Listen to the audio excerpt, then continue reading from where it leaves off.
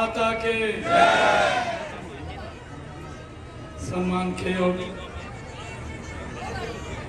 इस क्षेत्र के लोकप्रिय विधायक, आप सबके दुख सुख के साथी, लगातार आप लोगों के बीच में रह करके काम करने वाले राम कुमार कश्यप जी, जिला के हमारे अध्यक्ष योगेंद्र राणा जी, मंडल के माननीय अध्यक्ष अमित जी, देवेंद्र गौतम जी, मंडल के महामंत्री हमारे धर्मपाल सांडिल्य जी, कार्यक्रम के आयोजक सुरेंद्र सैनी जी, पूर्व सरपंच, मंडल के सचिव दीपक सैनी जी, रणवीर जी गोयल, हंसराज जी, हमारे सरपंच साहब जयपाल कश्यप जी, ब्लॉक समिति के हमारे सदस्य रामनेर शर्मा जी, विनोद दीवान जी, मोहनलाल सैनी जी, जिला परिषद के हमारे माननीय सदस्य सुरेश सरपंच जी, धन सिंह जी नंबरदार, ओम प्रकाश जी, मनफूल जी, सतीश सरपंच जी, बसंत सिंह जी, इंद्रजीत सिंह जी, राजू जी और हमारे दीप सैनी जी, बॉबी सैनी जी वाइस चेयरमैन, और सुरेंद्र पांचाल जी, और उपस्थित संगोही की सरदारी, इतनी भारी संख्या में मातृशक्ति आशीर्वाद देने के लिए आई है। मेरे बुजुर्ग आए हैं, युवा साथी आए हैं। आज जो संगोही ने ये सम्मान मेरे सर के ऊपर रखा है, ये सम्मान मेरा नहीं, ये सम्मान आप लोगों का है। मैं दोनों हाथ जोड़ करके सिर नवा करके आप सबको प्रणाम करता हूं।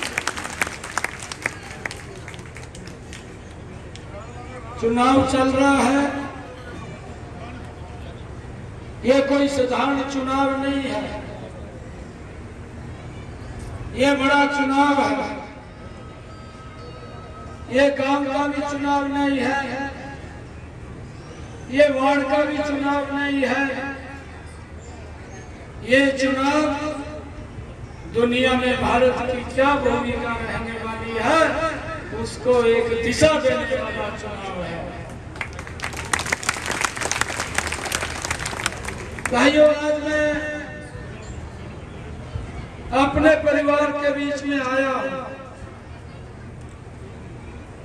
आप सबका भरपूर आशीर्वाद आदरणीय मोदी जी के साथ है,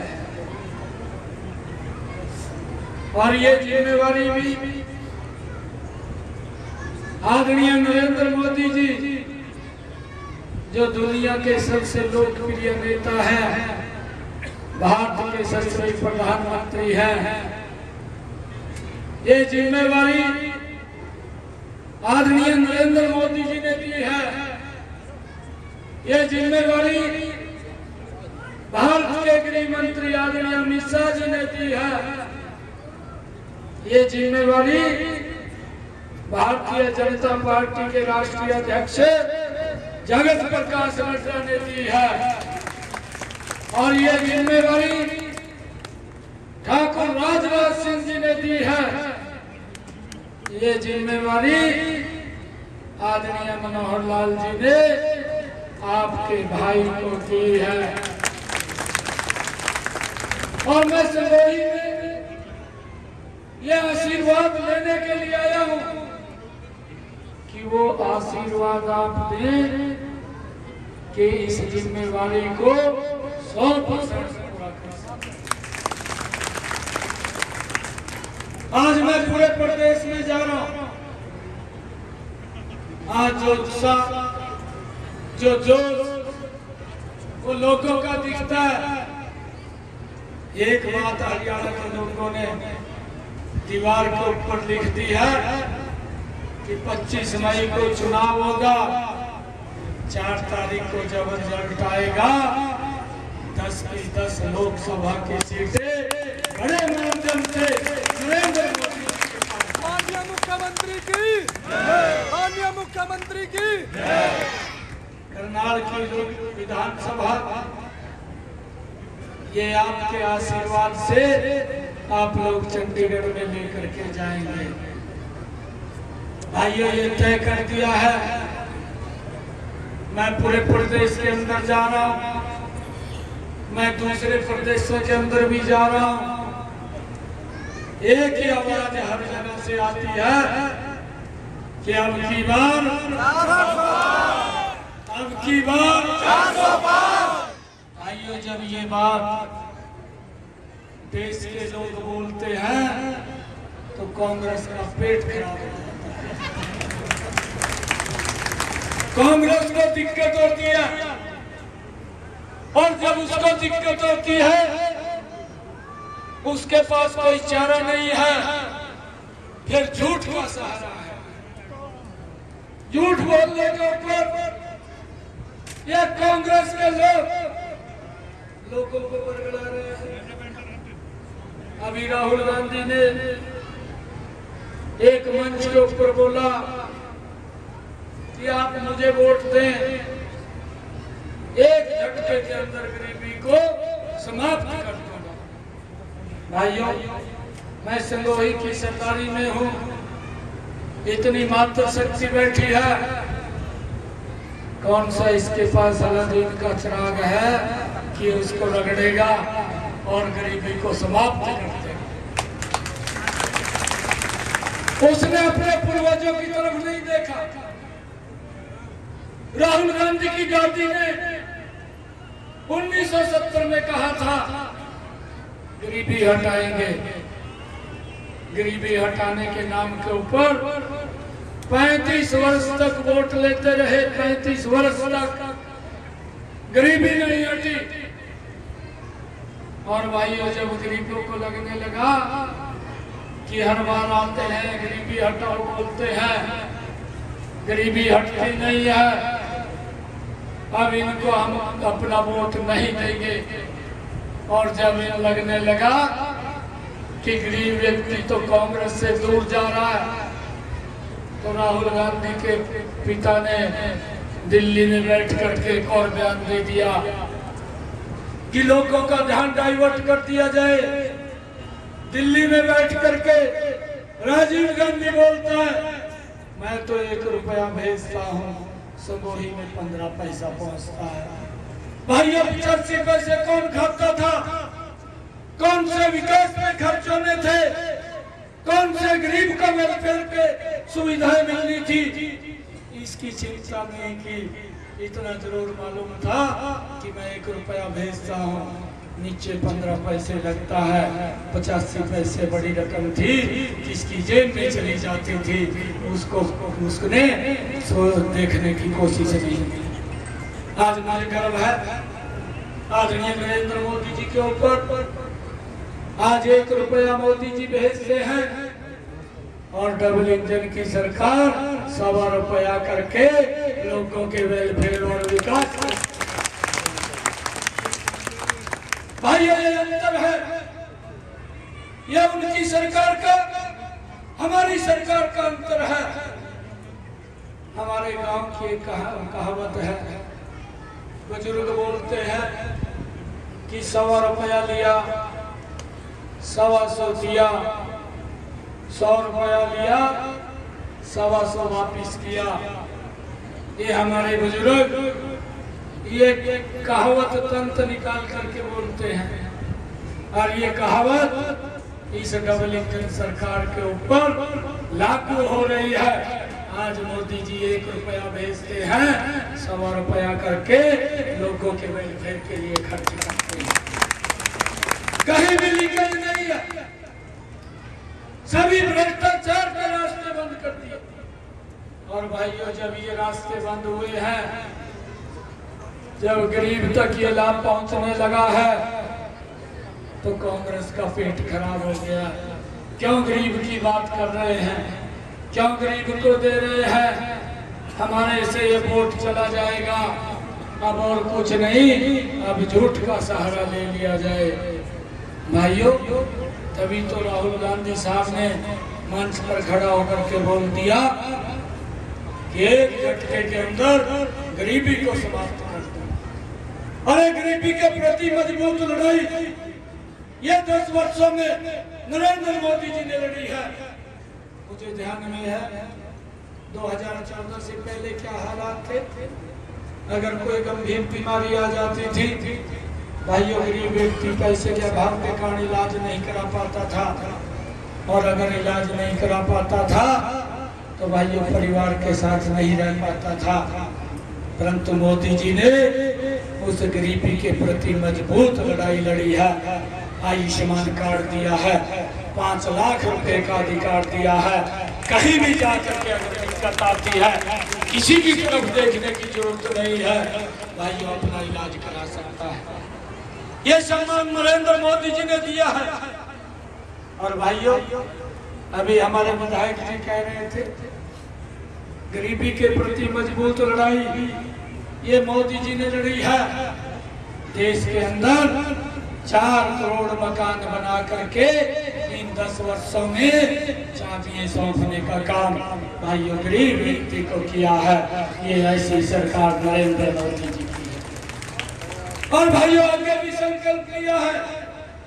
मोदी जी ने कहा है 2024 के बाद जब हमारी सरकार बनेगी 3 करोड़ मकान बना करके और देने का काम ये मोदी की सरकार करेगी।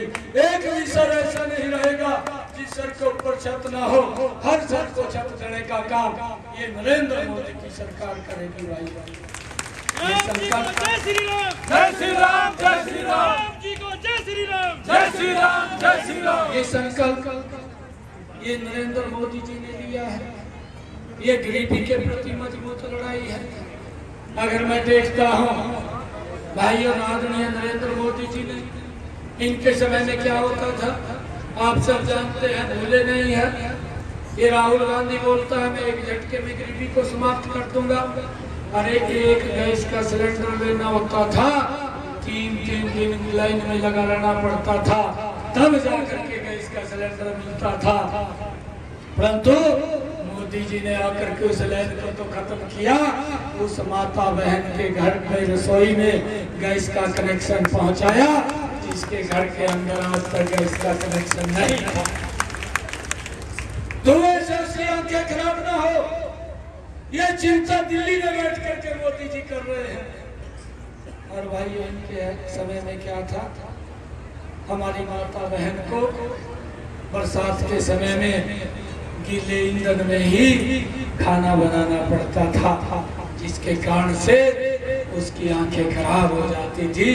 इन्होंने आज तक चिंता नहीं की, ये चिंता भी मोदी जी ने की है। भाइयों ऐसा व्यक्ति है जो दिल्ली में बैठ करके काम कर रहा है। और मैं आपको बताना चाहता कि आदरणीय नरेंद्र मोदी जी ने इन लोगों ने मजाक किया है। ये राहुल बाबा उसका मजाक करते हैं, इनको तो मजाक ही लगता है। अरे जिसको तकलीफ होती थी, जिसको उस तकलीफ से गुजरना पड़ता था, भाइयों उसको मालूम होता था हमारी माताओं को बहनों को सूर्य ढलने का इंतजार करना पड़ता था। देश के अंदर 11 करोड़ शौचालय बना करके इज्जत घर देने का काम पहली बार नरेंद्र मोदी जी ये किया है, ये सम्मान दिया है। भाइयों गरीबी के प्रति ये मजबूत लड़ाई मोदी जी ने इन 10 वर्षों के अंदर लड़ी है। भाइयों मुझे ध्यान में है, आप लोग भी जानते हैं देश के 50 करोड़ लोग ऐसे थे, ये कांग्रेस के लंबे समय में 60 साल तक शासन किया। अरे 50 करोड़ लोगों को बैंक में जाने का अधिकार नहीं था, उनका बैंक में खाता नहीं था। अगर बैंक में खाता खोलते थे बड़ी दिक्कत का सामना करना पड़ता था।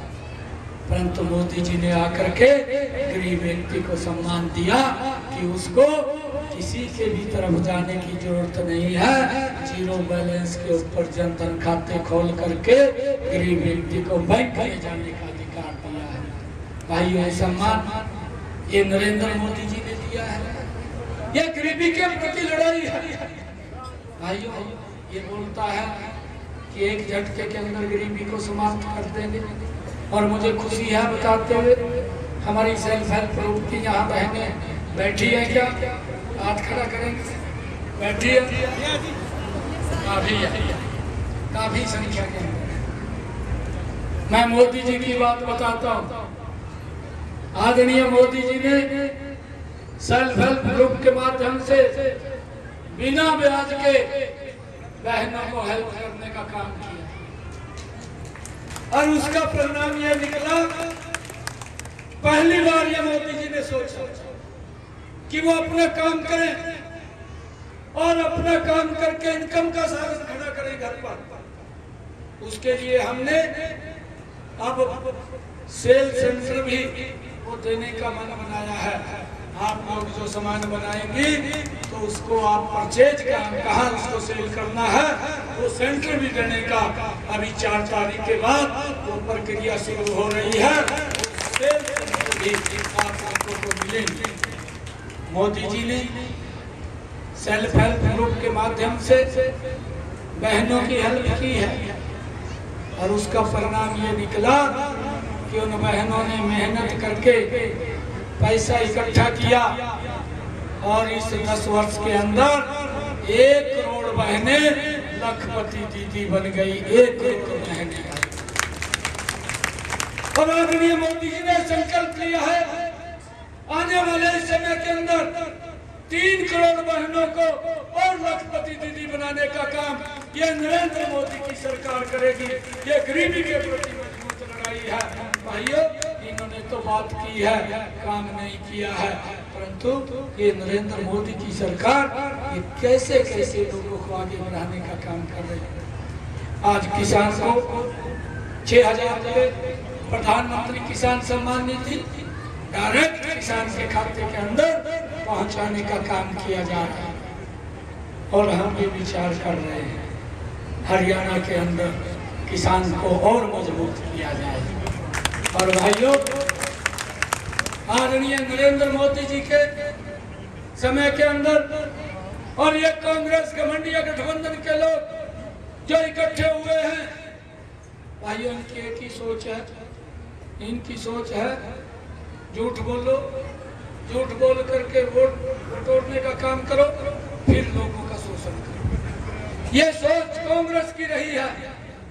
आज अगर हम कहें ये वोट जिहाद कांग्रेस कर रही है, काम तो बताने में नाकाम है, परंतु झूठ का सहारा लेकर के ये लोगों को बरगलाने का काम कर रहे हैं। एक और झूठ राहुल गांधी ने बोल दिया और वो कहने लगा कि आप मुझे वोट दें, मैं खटाखट 1-1 लाख रुपया गरीब के खाते में डाल दूंगा। अरे भाइयों, आज मैं संगोही के बीच में हूँ। मैं उनको पूछना चाहता हूँ, कांग्रेस के लोगों को, आप भी पूछना ये बात। ये जो बजट जो उसने कहा है, ये बजट 50 लाख करोड़ रुपए का बनता है। हमारा देश का बजट 46 लाख करोड़ रुपए का है। ये कहां से पूरा करेगा, कहां से देगा? वोट लेकर के ये आराम से बैठ जाएगा। जिस प्रकार से इसने कांग्रेस के सरकार राजस्थान के अंदर आई थी, वहां पर झूठ बोल करके वोट लेने का काम किया और फिर उन लोगों का शोषण किया। भाइयों, लंबा समय लग जाएगा, काम बहुत है। अगर उनको गनवाएं तो बहुत लंबा समय लगेगा। आदरणीय नरेंद्र मोदी जी ने देश को भी मजबूत किया है, चाहे रोड का इंफ्रास्ट्रक्चर हो, रेलवे की कनेक्टिविटी हो, चाहे एयर कनेक्टिविटी हो, चाहे देश के अंदर मेडिकल कॉलेज बनाने की बात हो, चाहे देश के अंदर यूनिवर्सिटी बनाने की बात हो, चाहे देश के अंदर IIT बनाने की बात हो, चाहे देश के अंदर IIM बनाने की बात हो, चाहे देश के अंदर पॉलिटेक्निकल खोलने की बात हो, चाहे देश के अंदर ITI खोलने की बात हो, चाहे देश के अंदर कॉलेज खोलने की बात हो, और भाइयों चाहे देश को विश्व के अंदर सम्मान दिलवाने की बात हो, ये काम अगर किसी ने किया है इतनी गति से ये 10 वर्षों में नरेंद्र मोदी जी ने किया है। भाइयों ऐसे व्यक्ति को हम सब की जिम्मेवारी बनती है कि उसको और मजबूत करें। मैं आज आप लोगों से ये संकल्प लेने के लिए आया हूँ, मातृशक्ति से भी, अपने बुजुर्गों से भी। मनोहर लाल जी ने बड़े गजब के काम किए हरियाणा में। हरियाणा में जो गुड गवर्नेंस का उदाहरण देखने को मिलता है, भाइयों पूरे देश के अंदर एक ही राज्य है, वो हरियाणा राज्य है। यहाँ से दूसरे राज्य भी इसकी नीतियों को फॉलो कर रहे हैं, क्योंकि मैं बहुत नजदीक से जानता हूँ मनोहर लाल जी की कार्यशैली को, मैंने देखा भी है। ऐसा व्यक्ति है, मैं किसी काम के लिए मनोहर लाल जी के पास जब विधायक बना था, मैं किसी काम के लिए चला गया। मैंने मनोहर लाल जी को कहा, मखा जी ये काम करना है। मनोहर लाल जी कहने लगे, कहा सिस्टम को ठीक करना है, ये सिस्टम जैसे पहले चल रहा था अगर वैसे चलता रहा तो उनमें और हमारे में कोई फर्क नहीं रहेगा। और भाई उसका परिणाम ये निकल करके आया कि आज गरीब माँ का बेटा भी हरियाणा सरकार का ICS अधिकारी बिना पर्ची बिना खर्ची को ले जाता। कांग्रेस का एक प्रत्याशी पत्रकार पूछने लगा उसको, पत्रकार ने इनके कांग्रेस के प्रत्याशी को कहा कि आपकी सरकार में पर्ची और खर्ची चलती थी, पहले तो नाटक कहना पर्ची चलाती ना खर्ची चलाती। वो पत्रकार फिर कहने लगा कि लोग बोल रहे हैं कि आपकी सरकार में पर्ची और खर्ची चलती थी। तो जब वो झुंझुनू के अंदर आया कि पत्रकार पेंडर ही छोड़ रहा, तो उसको पत्रकार को कहने लगा, कहा पर्ची तो चलती थी, और खर्ची की जब बात लगा करने उसके मुंह से रंग उड़ गया, कहा खर्ची नहीं चलती थी। अरे भाइयों इनके समय के अंदर वो कांटा लगा हुआ था, ये हुड्डा के घर के अंदर वो टैची तोलते थे, किसकी टैची में ज्यादा वजन है उसको नौकरी लगती थी। भाइयों गरीब तो देखता रहता था, वोट दे देता था, वोट दे करके सरकार को देखता रहता था, नौकरी नहीं लगती थी। आज ये मनोहर लाल जी ने सिस्टम खड़ा किया है कि आज गरीब का बेटा भी ICS अधिकारी हरियाणा सरकार में लग जाता है। आज गरीब का बेटा भी आज हरियाणा सरकार में तहसीलदार लग जाता है। आज गरीब का बेटा भी बिना पर्ची बिना खर्ची के हरियाणा सरकार में BDO लग जाता है। ये अगर सिस्टम बनाया ये मनोहर लाल जी की सरकार ने बनाया। भाइयों इसका लाभ पूरे हरियाणा प्रदेश को मिल रहा है। मैं आप लोगों से कहना चाहूँगा कि ऐसा संत व्यक्ति है, ये संकल्प हम ले, एक भी वोट बाहर ना जाए। भाइयों कांग्रेस का तो बस्ता भी नहीं लगना चाहिए, मैं आप लोगों को कह रहा हूँ। भारत माता की वंदे मातरम, वंदे मातरम। कांग्रेस ने तो शोषण किया इनके समय के अंदर। भाइयों ये छोटी बात नहीं है, बड़ी लंबी बात है। अगर मैं आपको बताऊंगा, हमारा बेटा हमारा भाई जो दिन रात हमारी रक्षा सुरक्षा के लिए बॉर्डर पर खड़ा रहता था, उसके ऊपर पत्थरबाजी होती थी इनके समय में। और ये हालात थे, अगर कोई आतंकवादी पाकिस्तान से आकर के गोली चला देता था, अगर अपने बचाव में हमारा सेना का जवान गोली चलाता था, उसकी इंक्वायरी खोल देते थे कि लिख करके दे गोली क्यों चलाई है। अगर वो जवाब ठीक से नहीं देता था, कोर्ट मार्शल कर देते थे, कोर्ट मार्शल करके जेल में डाल देते थे। इस प्रकार का तंत्र कांग्रेस का था, और तभी देश के अंदर आतंकवादी घटनाएं बढ़ रही थी। मोदी जी जब आए, आप सबके आशीर्वाद से वो तुरंत बॉर्डर के ऊपर सैनिकों के बीच में गए, और जाकर के मोदी जी ने सैनिकों को कहा कि अगर एक गोली दुश्मन चलाता है, आप 100 गोली चला दीजिए, आपको कोई पूछने वाला नहीं।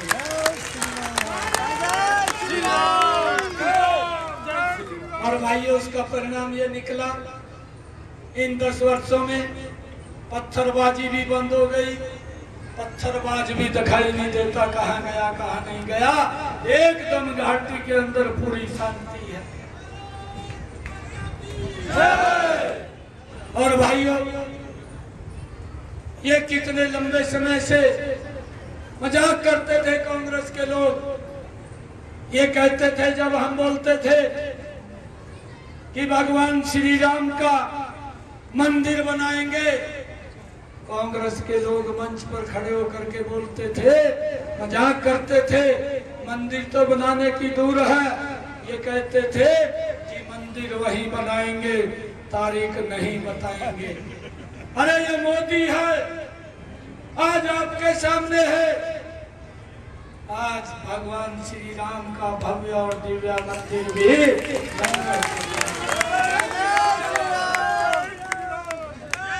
हमारी संस्कृति का भी संरक्षण, चाहे केदार बाबा के जीर्णोद्धार की बात हो, काशी विश्वनाथ के जीर्णोद्धार की बात हो। भाइयों, मुझे तो गर्व होता है आदरणीय नरेंद्र मोदी जी के ऊपर। जब ये देश का बंटवारा हुआ, इनकी गलत नीतियों के कारण बंटवारा हुआ, लाखों की संख्या में लोग बेमौत मारे गए, बेटियों ने आत्महत्याएं करनी पड़ी अपनी इज्जत बचाने के लिए।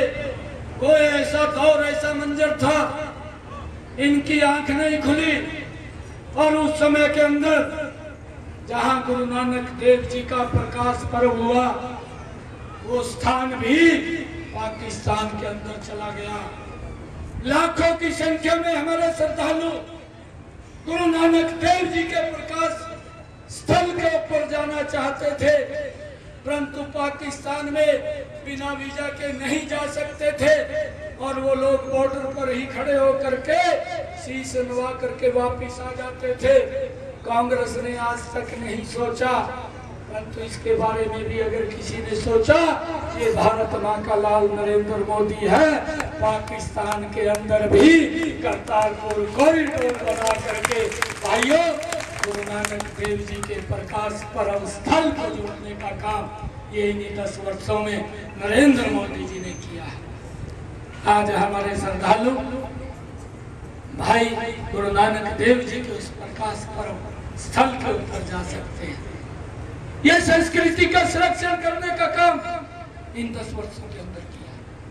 मैं आप लोगों से आग्रह करूंगा, देश नरेंद्र मोदी जी के नेतृत्व में मजबूती से आगे बढ़ रहा है। जब ये धारा 370 का बिल आया, मोदी जी ने इनको एक बात कही कि आपके विचार में हमारे विचार में एक अंतर है। मोदी जी ने कहा कि मुझे इस देश की चिंता है, मुझे वोट की नहीं, मुझे इस देश की चिंता है। और घमंडिया गठबंधन कांग्रेस को इस देश की नहीं, वोट की चिंता है कि कैसे वोट लिया जाए। भाइयों, आज ये सब लोग एक मंच के ऊपर इकट्ठे हुए हैं, किसी के ऊपर भ्रष्टाचार को लेकर के FIR दर्ज है, कोई भ्रष्टाचार के मामले में जेल गया है, कोई जेल से बाहर आया है, कोई जेल के अंदर जाने वाला है। भाइयों, इस प्रकार के ये चेहरे हैं और इनका एक ही ध्येय है, मोदी जी वोट मांगते हैं, हमने इस देश को बचाना है। घमंडिया गठबंधन कांग्रेस के लोग वोट मांगते हैं, हमने भ्रष्टाचारियों को बचाना है। इस कारण से ये वोट मांगते हैं। ये निर्णय आप लोगों ने करना है।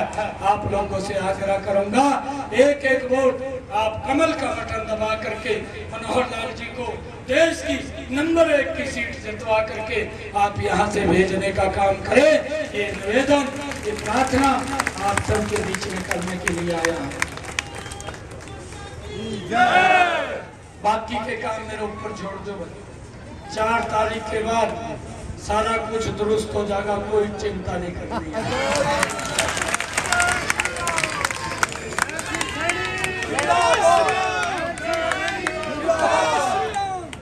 और ये आजकल कांग्रेस के लोग बोल रहे हैं, हुड्डा भी बोल रहा है, अभी 12 तारीख तो विश्वास मत हासिल किया, और हुड्डा भी कह रहा है कि हल्फ में आ गई सरकार। अरे भाई तो कुछ और तो बता दे भी मैंने जो काम कराया क्यों डाइवर्ट कर रहा।